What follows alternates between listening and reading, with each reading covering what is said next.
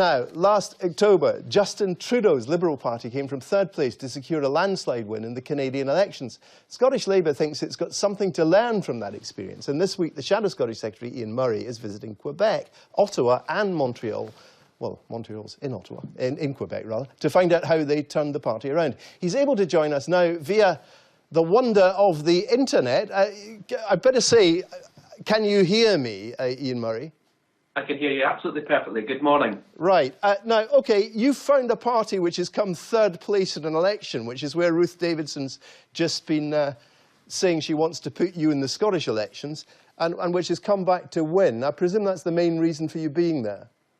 Well, actually, I'm here for two reasons. The first and main reason I'm here is because the Scotland Bill and fiscal framework are now almost through the parliamentary process, which makes Scotland one of the most powerful devolved parliaments in the world. One of the reasons I'm here is to look at how intergovernmental relations work and how that we can make devolution work better for Scotland. That's incredibly important, and you have seen the provincial governments and the national governments here in Canada all having to work with the federal government much more efficiently, because no longer can Whitehall and the Scottish government work in the way that they've been doing over many years. And the second reason I'm here, as your introduction says, is to look at the Liberal Party and what they did to win the election. And what they did do was offer real change. And I think what you've just seen from Ruth Davidson and her speech on Friday, and indeed the Scottish government, is all these wonderful new powers are coming to Scotland, and they want a status quo election by not using them. We want real change now, and we're offering that real change to Scotland, and that's very much what the Liberal Party did here in Canada back in October last year.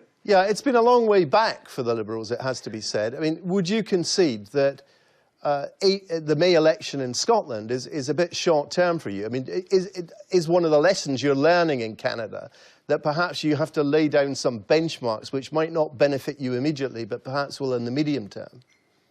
Well, this isn't a new process. We had a dreadful election back in May last year when we lost all but one of our Labour MPs in Scotland. So this is an ongoing process. It's quite right to look at what people are wanting in Scotland. It's quite right to put forward a very positive policy platform, and that's what Trudeau did here in Canada. He said to the Canadian people that no longer can we stick with the status quo. We've got the Conservatives and the SNP in Scotland saying they'll do nothing, basically, with the new power, so this will be a status quo election for them. And the Scottish Labour Party are offering that real change, and they're offering that real change now, and then it will be up to the voters to decide if they want that change. These Scotland Bill powers are substantial. It transforms the Scottish Parliament very much as powerful as the provinces here in Canada, and we should be embracing that change, embracing those powers, and doing everything we possibly can to improve the lives of ordinary Scots.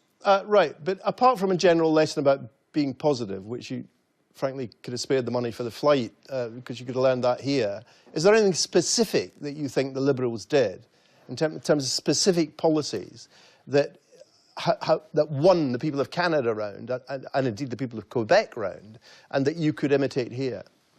Well, they offered a complete difference from the other parties, and let me give you one of those differences that's happening in Scotland at the moment. Kezia Dugdale has said that when given the choice of using the powers at the Scottish Parliament or damaging Scotland's future, she will use those powers by increasing the income tax rate by 1 pence to be able to put that straight into local authorities and education. That is a distinct difference from the Conservatives, who have decided to do nothing with these powers after negotiating them for a long time, and the SNP, who are in government, who've decided to do nothing with them as well. So there's a distinctive policy change. And what Justin Trudeau did in Canada last October is he gave those distinct policy changes as well. And that's one example where there's a real clear blue water between the Scottish Labour Party going into this election and the other parties and what they're offering. I presume something else you're looking at in Quebec is that we've gone from a situation in Quebec where the Parti Québécois came closer to winning an independence referendum than the SNP did in Scotland, but which the Parti Québécois is no longer in power and in fact is not that influential at the moment in Quebec. Do you see any lessons for Labour from what's happened to the Parti Québécois? Well, Gordon, I didn't catch all of your question there. The line just dropped out ever so slightly. But what I don't want to do is to look at what's happening here in Quebec directly with what's happening in Scotland. The reason we've come here to an extent is because they have had the referendum on independence. It was 20 years ago. We've got a lot to learn from what happened here in Quebec, but they're not directly comparable. It was very much around language and culture here in Quebec with their referendums. But what they have done, and what the message has been very clear to me over the last few days when I've been here in Quebec, is that the political system needs to move on to the real issues of real people's lives, and that's about using powers that we've got. It's about jobs, it's about growth, it's about education, it's about our public services. And we have to make that move from talking about the Constitution to talking about how we use the substantial powers in the Scottish Parliament to make the lives of ordinary Scots better. And that was the key message that came across from Quebec City at the tail end of last week. Right. You're also talking to people about, as you've referred to, intergovernmental relations. But the difference now between Quebec and Canada is that because the Liberals are in power in both, it presumably is a fairly smooth relationship. That's not necessarily the case here.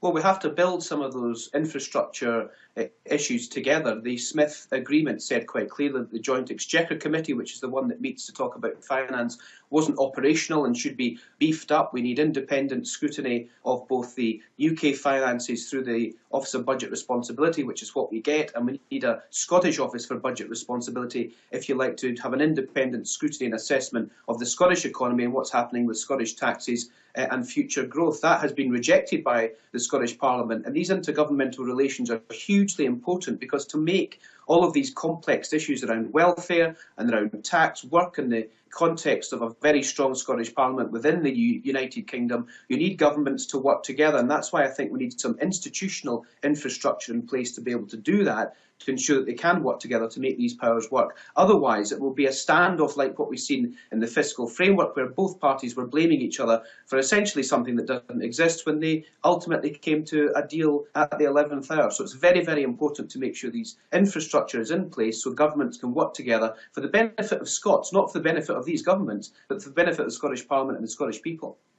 All right, Ian-Marie, look, we'll have to leave it there. Thanks very much. You were jumping about a bit, and we got some interwebby warnings coming up on the screen, but otherwise that seemed to work very well. Thank you very much indeed.